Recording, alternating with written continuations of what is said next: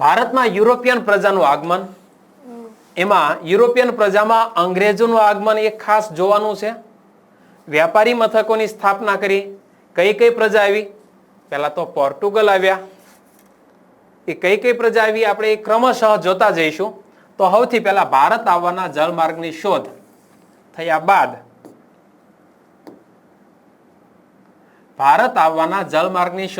બાદ ભારતમાં વ્યાપાર કરવા સૌ પ્રથમ પોર્ટુગીઝ પ્રજા આવી. પોર્ટુગીઝ માટે બીજો શબ્દ કયો છે? ફિરંગીઓ. 100 વર્ષના સમયમાં પોર્ટુગીઝોએ દીવ, દમણ, ગોવા, કોચીન, મલાક્કા વગેરે પ્રદેશોમાં પોતાની ધાક જમાવી દીધી. ભારત આયા હતા વ્યાપાર કરવા, પણ ખબર પડી ભારતની પ્રજા ભોળી છે. અહીંયા જે પ્રદેશ ઉપર આપણે આપણું આધિપત્ય જમાવવું હોય, શાસન જમાવવું હોય, એમાં આપણે કરી શકશું. તો આ ભાઈએ કઈ પોર્ટુગીઝ પ્રજાએ દીવ, દમણ, ગોવા, કોચીન, મલાક્કા વગેરે પ્રદેશો જીતી લીધા. હેઠેનો કેરળ બાજુનો. હવે અહીંયા જો હતું આજે ગુલાબી કલરમાં સ્ટાર દેખાય ને, એ બધાય પોર્ટુગીઝોએ જીતી લીધેલા. આ ફિરંગીઓએ દીવ, દમણ, ગોવા, કાલિકટ, કોચીન અને મલાક્કા યાદ રાખી લેવા. દીવ, દમણ, ગોવા, કાલિકટ ને કોચીન. અહીંયા તો ઉતર્યા હતા, એટલે આ તો આ બે તો એના જ કબજામાં હતા. વધારાના 3 દીવ, દમણ ને ગોવા. સૌથી પહેલા એ પોર્ટુગીઝો આયા. સૌથી છેલ્લે ગયા એ ત્યારે પોર્ટુગીઝો ગયા. ભારતમાં આવનારી સૌથી પહેલી પ્રજા કઈ? પોર્ટુગીઝો. ભારતમાં આવનારી સૌ પ્રથમ યુરોપિયન પ્રજા કઈ? પોર્ટુગીઝો. ભારતમાંથી સૌથી છેલ્લે જનારી યુરોપિયન પ્રજા કઈ? તો પણ પોર્ટુગીઝો. અને પોર્ટુગીઝોએ કયા કયા પ્રદેશો ઉપર કબજો જમાવ્યો હતો? દીવ, દમણ, ગોવા, કાલિકટ અને કોચી અને મલાક્કા. આટલું ક્લિયર? આ જો અહીં લખ્યું છે ફિરંગી મથકો, ફ્રેન્ચ મથકો, અંગ્રેજ મથકો. અંગ્રેજોની ખબર જ છે. સુરતમાં કોઠી સ્થાપી. સુરતમાં એટલે અંગ્રેજોનું આગમન થાય છે ક્યાં થાય છે? ગુજરાતના સુરતમાં. પોર્ટુગીઝોને મદદ કરનારો કચ્છી ગુજરાતી. શું નામ કીધું? કાનજી માલમ. ભૂલતો નહીં. તો હવે આપણે અહીંયા જોઈએ. પોર્ટુગીઝોએ દીવ, દમણ, ગોવા, કોચી, મલાક્કા વગેરે પ્રદેશો પોતાના નિયંત્રણમાં લાવી દીધા. પોર્ટુગીઝોને વ્યાપારમાં મળેલી સફળતાથી પ્રેરાઈને ખબર પડી, યુરોપિયન કન્ટ્રીના બીજા લોકોને ખબર પડી કે આ પોર્ટુગલના જે વેપારીઓ ભારતમાં ગયા ત્યાં તો ખૂબ સારો વેપાર આલ્યો અને ઘણું ધન કમાય છે. તો હોલેન્ડના ડચ લોકો, વલંદાઓ.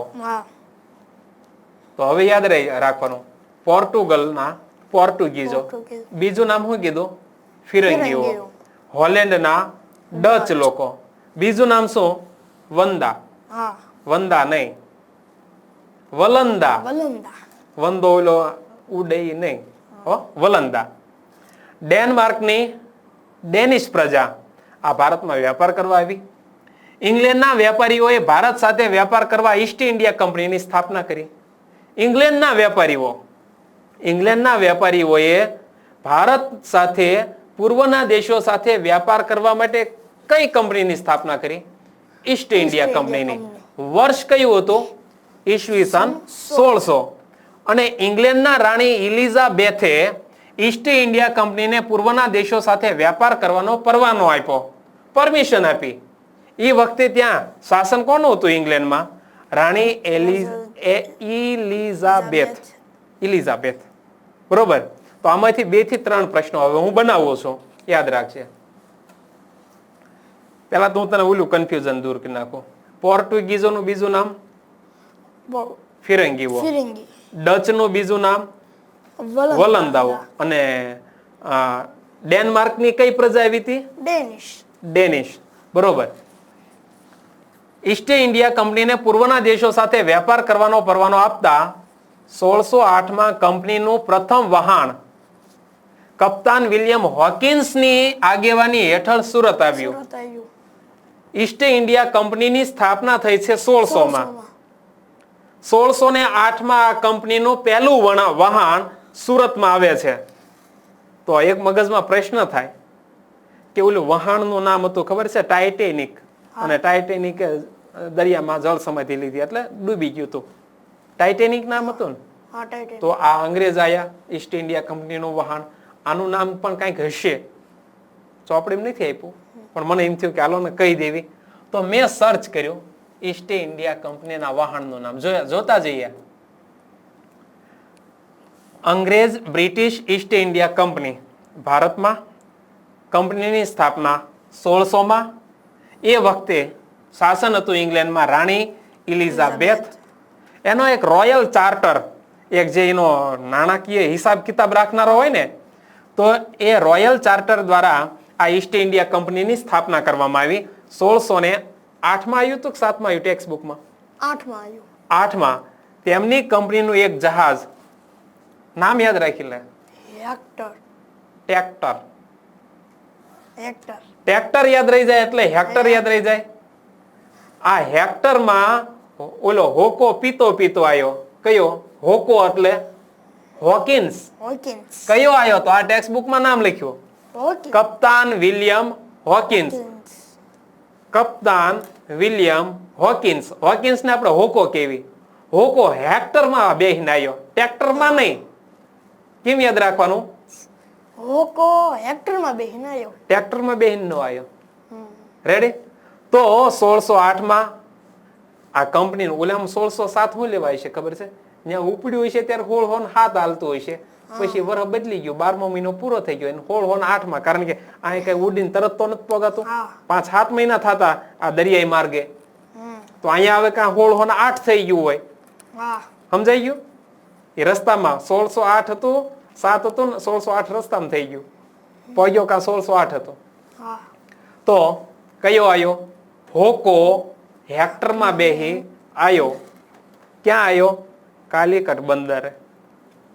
હવે જો અહીંયા આગેવાની હેઠળ સુરત આવ્યો. કાલિકટ બંદર નથી આવ્યો, સુરત આવ્યો.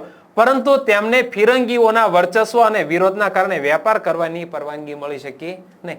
ફિરંગી હતા એ વખતે. કોણ? પોર્ટુગીઝો. એને ગોવા, દીવ, દમણ, ગોવા, કોચી અને કાલિકટ અને મલાક્કા, આ બધા ઉપર શાસન હતું. એને ખબર પડી અંગ્રેજોને કે હાલા ફિરંગીઓ તો અહીંયા બધી વગવાળા છે, આપણને ક્યાંય ફાવવા દે એમ છે નહીં. અને આખરે ઈસ્ટ ઇન્ડિયા કંપનીને મુગલ બાદશાહ જહાંગીર તરફથી વેપાર કરવાનો પરવાનો મળ્યો અને સુરતમાં બ્રિટિશ ઈસ્ટ ઇન્ડિયા કંપનીએ પોતાની પહેલી કોઠી સ્થાપી. આ કોઠી એટલે શું? વ્યાપારી મથક. પરવાનો કોને આપ્યો? મુગલ બાદશાહ જહાંગીરે. હવે અહીંથી અધ્યાય શરૂ થયો. આપણે એમ થાય કે આ જહાંગીર કોણ? આ જહાંગીરનો બાપો કોણ? આવો પ્રશ્ન થાય. જો આ 4 પેઢી છે મુગલ બાદશાહો, એમાં સૌથી પહેલી પેઢી બાબર આવી. કોણ આવી? બાબરનો દીકરો હુમાયુ. હુમાયુનો દીકરો અકબર. અકબરનો દીકરો સલીમ. ઈ સલીમ ઈ પોતે આ જહાંગીર. લગભગ 20-30 વર્ષ પહેલા કે 40 વર્ષ પહેલા એક ફિલ્મ ઉતરી હતી, મોગલે આઝમ. આજે યુટ્યુબ ઉપર છે. આ મોગલે આઝમમાં પિતા અને પુત્ર વચ્ચે થોડોક તણાવ છે. અકબર છે ઈ સલીમને એમ કે છે કે તારે મેરુન નિસા સાથે લગ્ન નથી કરવાના. અને આ સલીમ છે એ મેરુન નિસાના પ્રેમમાં પડે છે. એટલે મેરુન નિસા સાથે એને લગ્ન અકબર કે છે કે નથી થવા દેવા.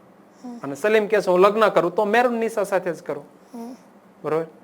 પછી આ મેરુન નિસા સાથે અકબર મરી ગયા. એટલે સલીમ છે એ પોતાનું નામ બદલે છે, પોતાનું નામ રાખે છે જહાંગીર. અને મેરુન નિસાનું નામ બદલી અને કરે છે, હું જોઈ લઉં, આ જહાંગીર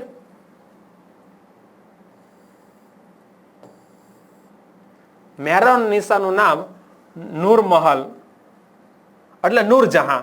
નૂરમહલ એટલે શું? નૂરજહાં. તો આ રીતે હવે કોણ કોના સંબંધી થયા એ ખબર પડી.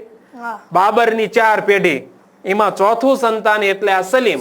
સલીમ ઇઝ જહાંગીર.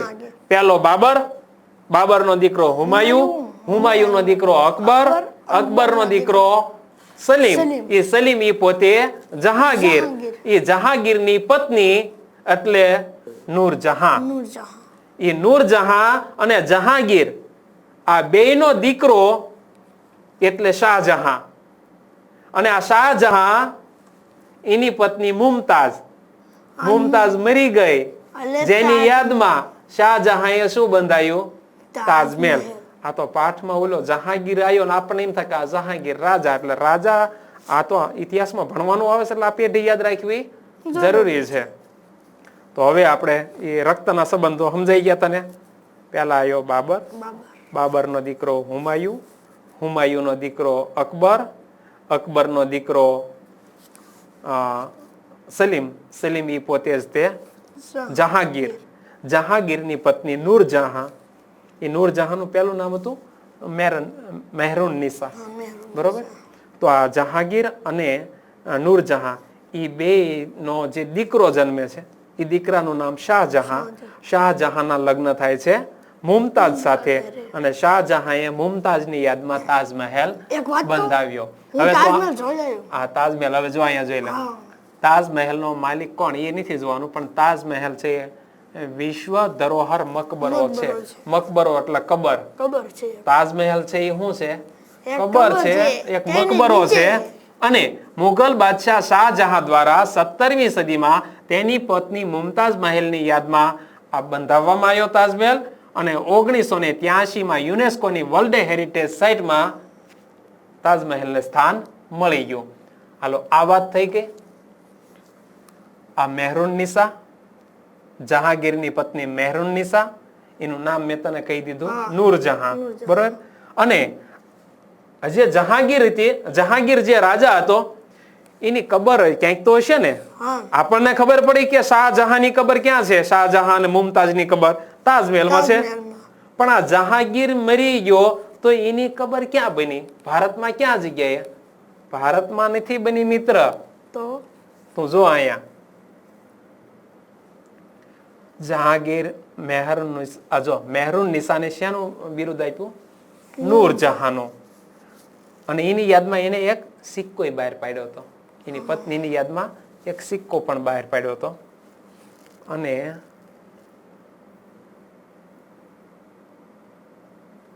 આમાં નથી લખ્યું પણ હું કહી દઉં. લાહોરમાં આવેલી છે. ક્યાં? લાહોરમાં, પાકિસ્તાનમાં. કયા મુઘલ બાદશાહની કબર, મકબરો લાહોરમાં આવેલો છે? લાહોરમાં ક્યાં રહે છે? અહીંયા આખે આખું જો એ લખેલું છે નૂરજહાંનું સાચું નામ મહેરુન નિસા, પછી આગળ લખે છે તેહરાન રહેવાસી હતા. કોણ? આ નૂરજહાં હતી ને એ તેહરાન રહેવાસી હતી. અને પછી આગળ એ 1577માં કંદહાર એ પોગે છે. એના મમ્મી પપ્પા કોણ? પિતાનું નામ છે ગિયાસ બેગ અને માતાનું નામ છે અસ્મત બેગ. ટૂંકમાં આનો પરિવાર છે એ પાકિસ્તાનથી ઉપર જે કંદહાર પ્રાંત છે ને ત્યાંનો વસવાટ હતો. અને એ વખતે તો ભારત પાકિસ્તાન એક હતું ભાઈ. હે તો લાહોર ગણે તો એ ભારતમાં જ ગણાય. તો પછી 1947માં ભારત પાકિસ્તાનના ભાગલા પડ્યા પછી એ લાહોરમાં કબર ગઈ. એટલે આપણે એમ થાય કે પાકિસ્તાનમાં લાહોરમાં કબર કેમ થાય મકબરો? એટલે આ યાદ રાખજો કે કયા મુઘલ બાદશાહનો મકબરો કે કબર લાહોરમાં આવેલી છે, બરોબર. તો આ યાદ રાખવાનું છે.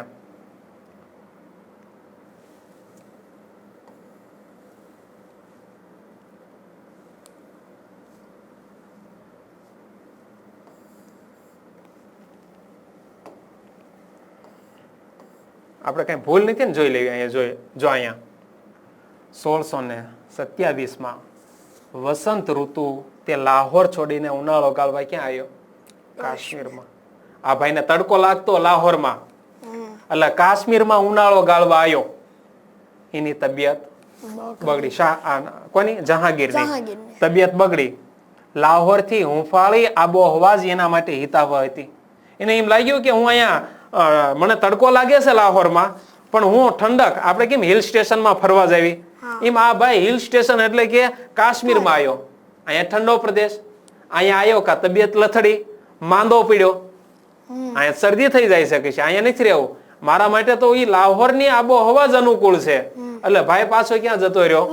લાહોર જતો રહ્યો. માંદા બાદશાહે પ્રસ્થાન આદર્યું, અહીંયા માંદો પડી ગયો તો ક્યાં કાશ્મીરમાં આવીને માંદો પડી ગયો તો એને એમ થયું કે મને ઓલી આબોહવા જ સારી છે એટલે મારે ક્યાં જતું રહેવું છે, લાહોર. પણ લાહોર પહોંચતા દરમિયાન 28 ઓક્ટોબર 1627 ના રોજ આ ભાઈનું મૃત્યુ થયું. લાહોરમાં પહોંચ્યા કાં ભાઈ મરી ગયો. નૂરજહાંએ પાછળથી લાહોરમાં જહાંગીરનો ભવ્ય અને સુંદર મકબરો બંધાવ્યો. તારા મગજનો ડાઉટ ક્લિયર થયું? હે તને એમ થયું કે આનો મકબરો લાહોરમાં કેમ? તો ભાઈને લાહોરમાં તો એ રહેતો હતો, હવા ગાળવા ક્યાં આવ્યો? દિવસો ઠંડક મેળવવા માટે કાશ્મીર. કા અહીંયા આવ્યો કા બીમાર પડ્યો, વાતાવરણ માફક આવ્યું નહીં, માંદો પડ્યો એટલે કીધું કે હવે મને લાહોર પાછો લઈ જાઓ. લાહોર પાછો લઈ ગયા પણ રસ્તામાં જ ભાઈ મૃત્યુ પામ્યા. તો એનો મકબરો ક્યાં બનાવો? કાશ્મીરમાં બનાવો. પાછો ક્યાં લઈ ગયા? લાહોર. અને ન્યા કણે એને દફનાઈ દીધો. તો એનો ભવ્ય અને સુંદર મકબરો કોને બંધાયો? એની પત્ની નૂરજહાંએ. હાલો આ ડાઉટ ક્લિયર થઈ ગયો. પછી આ નૂરજહાં મેહરુન્નિસા આવી ગયો, તાજમહેલ વિશે આ સમજાઈ ગયું. હવે આપણે ઈસ્ટ ઇન્ડિયા કંપનીનું આ હેક્ટર જહાજ ટ્રેક્ટર, બરોબર, હોકો પીતો હતો વિલિયમ હોકિન્સ. હોકિન્સ યાદ રાખવા માટે હોકો યાદ રાખ્યો, બરોબર. તો આટલું આપણે ક્લિયર કર્યું. મોગલ બાદશાહ જહાંગીર તરફથી વેપાર કરવાનો પરવાનો મેળવો અને સુરતમાં હોકિન્સે, અને સૌથી પહેલા ઈસ્ટ ઇન્ડિયા કંપનીએ પહેલું વેપારી મથક ક્યાં સ્થાપ્યું? સુરતમાં સ્થાપ્યું. આ રહ્યું સુરત. સુરત થી અંગ્રેજો ક્યાં ક્યાં હાલ્યા એ જો. સુરત, મુંબઈ, અને અહીંયા ફોર્ટ વિલિયમ, અને અહીંયા ચેન્નઈ. પેલા 4 જ હતા ને પછી તો આખું ભારત કવર થઈ ગયું. હવે સાંભળજે, સુરતમાં વેપારી મથક સ્થાપ્યું, ત્યાંથી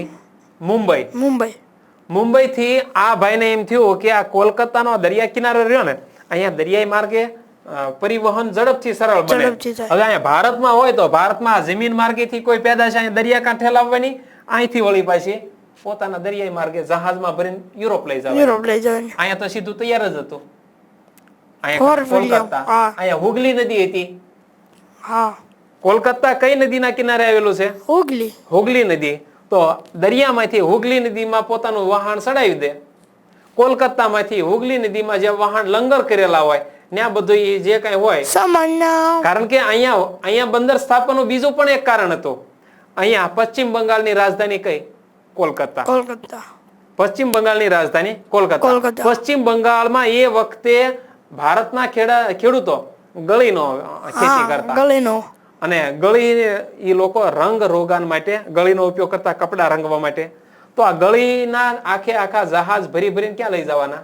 યુરોપમાં. તો આ કોલકાતામાં હુગલી નદી અને બીજું અહીંયા જે એની પેદાશની જરૂર હતી એ પણ મળી રહી હતી, ગળી. એટલે અહીંયા આ ફોર્ટ વિલિયમ આગળ જતા કયા નામે ઓળખાય છે? કોલકાતાના નામે. પહેલા તો ફોર્ટ વિલિયમ શું લેવા?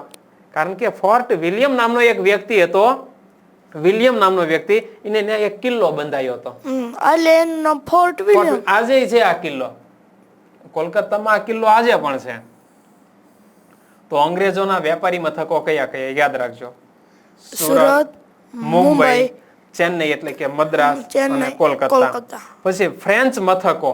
આ ફ્રેન્ચો છે એ નથી આ બાજુ આયા, નથી આનકોર ગયા, એને ખાલી આટલામાં જ કામ કર્યું છે. એમાં પુડુચેરી, કરાઈકલ, માહે જેવા કેન્દ્ર શાસિત પ્રદેશો હતા ને, આ 3 ઉપરના ફ્રેન્ચોના વેપારી મથકો હતા. તો હવે કઈ યુરોપિયન પ્રજાના વેપારી મથક ક્યાં ક્યાં આવેલા? મારે તો આખો મગજમાં નકશો ફિટ થઈ ગયો. સૌથી પહેલા પોર્ટુગીઝ. હું આગળ ઉભો રહી જાઉં છું. હવે મારે સામે જોઈએ. કા તું અહીંયા ધ્યાન રાખ, હું આ બાજુ ઉભો રહું, તું જોતો જા. પોર્ટુગીઝો, દીવ, દમણ, ગોવા. નીચે આયા તો કાલિકટ ને કોચી અને મલાક્કા. આ વેપારી મથકો કોના? પોર્ટુગીઝોના. અંગ્રેજોના સૌથી પહેલા સુરત, નેથી મુંબઈ થી મદ્રાસ, અને કોલકાતા. આ અંગ્રેજોના. અને ફ્રેન્ચોના વેપારી મથકો ક્યાં ક્યાં? તો કે 3 કેન્દ્ર શાસિત પ્રદેશો અત્યારે છે, પુડુચેરી, કરાઈકલ અને માહે. રેડી? આ ફ્રેન્ચ ઈસ્ટ ઇન્ડિયા કંપની. 1668 માં ફ્રેન્ચ ઈસ્ટ ઇન્ડિયા કંપની આવે છે ભારતમાં. હા 1668 1600 માં ઈસ્ટ ઇન્ડિયા કંપની સ્થપાય છે 1613 ની આસપાસ આ હમણાં આવ્યું ને કે સુરતમાં પહેલી કોઠી અંગ્રેજોએ સ્થાપી 1613 માં 8માં 8માં તો ઓલો ભાઈ પોગે છે ભાઈ હોકિન્સ પોગે છે હા હોકિન્સ પોગે છે ને 1608 આસપાસ 1608 માં આવ્યો ને હોકિન્સ પણ અહીંયા લખ્યું જો આગળ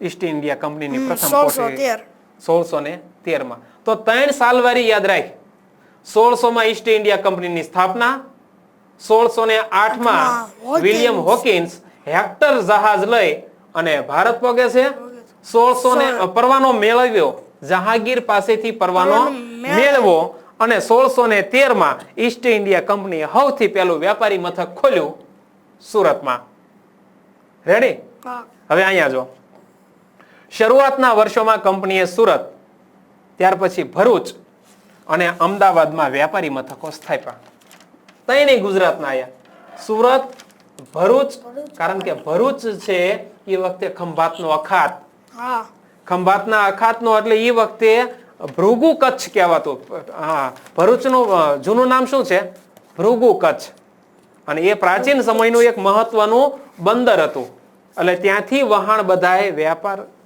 કરવા માટે વિદેશમાં જતા હતા તો ભૃગુ કચ્છ એટલે ભરૂચ એટલે ત્યાં સુરત ભરૂચ અને અમદાવાદ આ 3 જગ્યાએ સૌથી પહેલા અંગ્રેજોએ આપણા ગુજરાતમાં પગ પેસારો કર્યો છે સમજાણું પરંતુ આ પ્રદેશોમાં મરાઠી સત્તાનું પ્રભુત્વ વધતા આપણા ગુજરાતમાં એ વખતે ગાયકવાડનું શાસન હતું ગાયકવાડ શાસન મરાઠા લોકો એનું પ્રભુત્વ વધતા આ કંપનીને જોખમ દેખાણું કે હાળું આ મરાઠા જો આપણી ઉપર આક્રમણ કરશે ને તો આપણને બધાને ટાળી દેશે જોખમ દેખાણું એટલે ત્યાંથી ખસી ગયા સુરતમાંથી ખસીને ગયા મુંબઈ બાજુ બરોબર તો દક્ષિણ અને પૂર્વ દિશામાં આગળ વધ્યા ધીમે ધીમે મુંબઈથી આગળ વધ્યા એટલે ચેન્નઈ ગયા મદ્રાસ એ મદ્રાસમાં જે અત્યારે છે સેન્ટ જ્યોર્જ કિલ્લો ને આવેલો છે સેન્ટ જ્યોર્જ કિલ્લા દરેક જે અંગ્રેજોના શાસનકાળમાં જે કિલ્લા હતા ને એ કિલ્લા અત્યારે મોટા મોટા શહેરોમાં ફેરવાઈ ગયા છે એટલે આંધ્રપ્રદેશનું મછલીપટ્ટનમ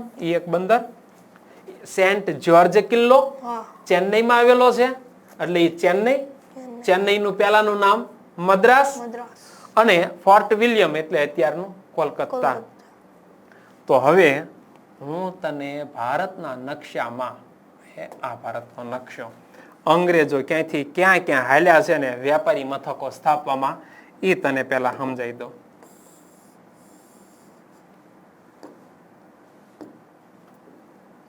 સૌથી પહેલા આયા છે સુરત થી આગળ વધ્યા એટલે આ લોકો પહોંચી ગયા છે મુંબઈ ક્યાં આયા આર્યું મુંબઈ એટલે આ જગ્યા રેડી સુરત થી મુંબઈ આયા મુંબઈ થી હવે આગળ વધ્યા એટલે આ દક્ષિણ ભારતમાં આયા અને દક્ષિણ ભારતમાં ઈ ભાઈએ સૌથી પહેલા મછલીપટ્ટનમ એટલે એ મછલીપટ્ટનમ અહીંયા ક્યાંક થાય છે આ જગ્યાએ રેડી પછી આંધ્રપ્રદેશ ચેન્નઈમાં સેન્ટ જ્યોર્જ નામનો કિલ્લો બરોબર ચેન્નઈ એટલે અહીં ક્યાંક છેડે આવે છે ને ચેન્નઈ ઉપર આવે ને પુડુચેરી કેરાલા ટૂંકમાં અહીંયા ચેન્નઈ આવે છે આ જગ્યાએ રેડી તમિલનાડુમાં આવે ચેન્નઈ હા તમિલનાડુમાં આવે ચેન્નઈ એની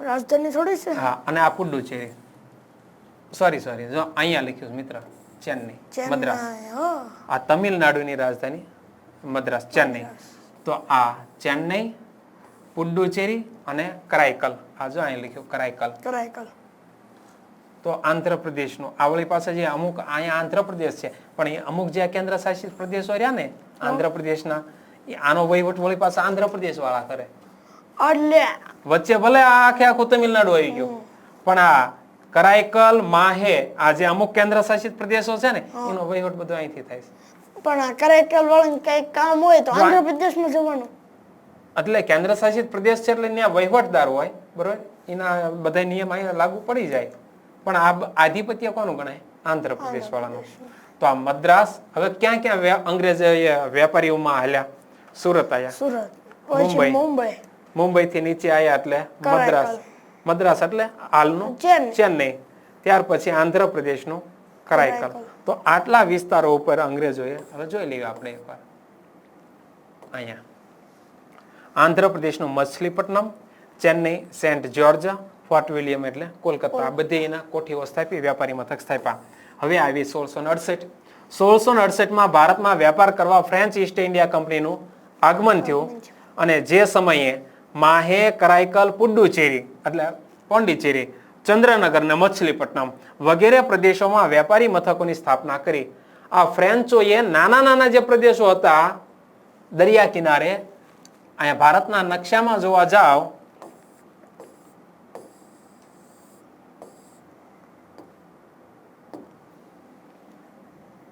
એટલે અહીંયા છે આ પોંડિચેરી, કરાઈકલ, આ વિસ્તાર, અને અહીંયા એક છે માહે.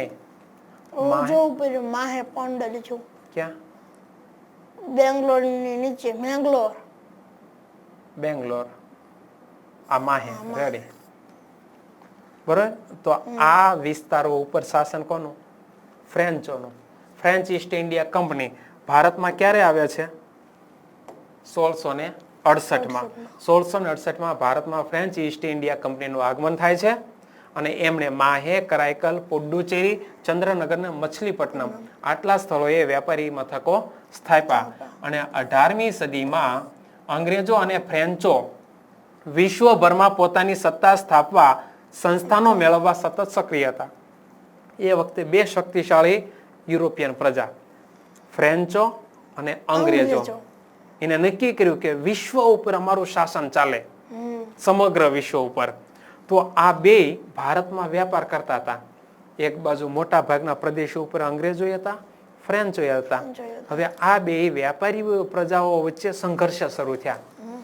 સંઘર્ષ શરૂ થયા એને કર્ણાટક વિગ્રહો નામ અપાણું. કયું નામ? કર્ણાટક વિગ્રહો. આ એક ખાસ યાદ રાખવાનું કે કેટલા કર્ણાટક વિગ્રહો થયા હતા. કેટલા કર્ણાટક વિગ્રહો થયા? 3 કર્ણાટક વિગ્રહો થયા. કઈ બે યુરોપિયન પ્રજા વચ્ચે કર્ણાટક વિગ્રહો થયા? ફ્રેન્ચો અને અંગ્રેજો વચ્ચે. આ ખાસ યાદ રાખવાનું. ભારતમાં 1746 થી 1763 દરમિયાન આ બંને બ્રિટિશ ઈસ્ટ ઇન્ડિયા કંપની અને ફ્રેન્ચ ઈસ્ટ ઇન્ડિયા કંપની વચ્ચે સત્તા સ્થાપવા માટે થઈને કર્ણાટક વિગ્રહો થયા. અને આ કર્ણાટક વિગ્રહોમાં કઈ પ્રજાનો પરાજય થયો? ફ્રેન્ચોનો પરાજય થયો. અને બ્રિટિશ ઈસ્ટ ઇન્ડિયા કંપની ઈ પોતાનો રાજ્ય વિસ્તાર હવે વધારવા, એટલે અંગ્રેજો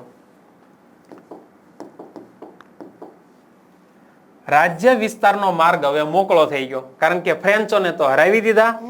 આમ સત્તા સંઘર્ષના અંતે ફિરંગીઓ પાસે, ફિરંગીઓ એટલે પોર્ટુગીઝો પાસે કયા રહ્યા? દીવ, દમણ અને ગોવા. ફ્રેન્ચો પાસે કયા રહ્યા? ચંદ્રનગર, માહે, કરાઈકલ અને પુડ્ડુચેરી. અને ડચ પ્રજા છે એને કાયમને માટે વિદાય લઈ લીધી કે આપણે અહીંયા આ ત્રણેય, આ બધી યુરોપિયન પ્રજાના ઝઘડામાં આપણે અહીંયા વેપાર કરવો નથી.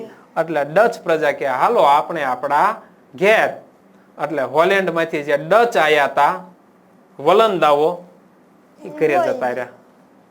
તો હવે આપણે યાદ રાખવાનું છે કે કર્ણાટક વિગ્રહો કોની કોની વચ્ચે થયા? બ્રિટિશ અને યુરોપિયન વચ્ચે, એટલે અંગ્રેજો અને બે યુરોપિયન જ પ્રજા હતી. હા. તો ફ્રેન્ચો અને અંગ્રેજો વચ્ચે, બેયના ઉપરથી કંપનીના નામ છે British East India company, French East India company. આ બે વચ્ચે કર્ણાટક વિગ્રહો થયા. કેટલા થયા? 3. આ કર્ણાટક વિગ્રહોમાં કોનો પરાજય થયો? ફ્રેન્ચોનો. અને હવે બ્રિટિશ ઈસ્ટ ઇન્ડિયા કંપનીના વેપારીઓને ભારતમાં પોતાની રાજ્ય સત્તા વિસ્તારવાનો માર્ગ હતો એ મોકળો થઈ ગયો. હવે ધીમે ધીમે શાસન કરવા માંડ્યા. હવે માર્ગ મોકળો થયો. હવે યાદ એ રાખવાનું છે ભારતમાં હવે સર્વોપરી કોણ બની ગયું છે? અંગ્રેજો.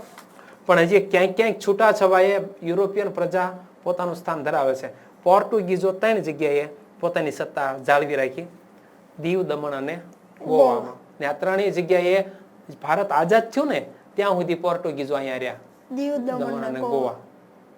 અને ફ્રેન્ચો ક્યાં ક્યાં રહ્યા? ચંદ્રનગર, માહે, કરાઈકલ અને પુડુચેરી. પુડુચેરી. હવે આપણે પ્લાસીના યુદ્ધ ઉપર જવાનું છે.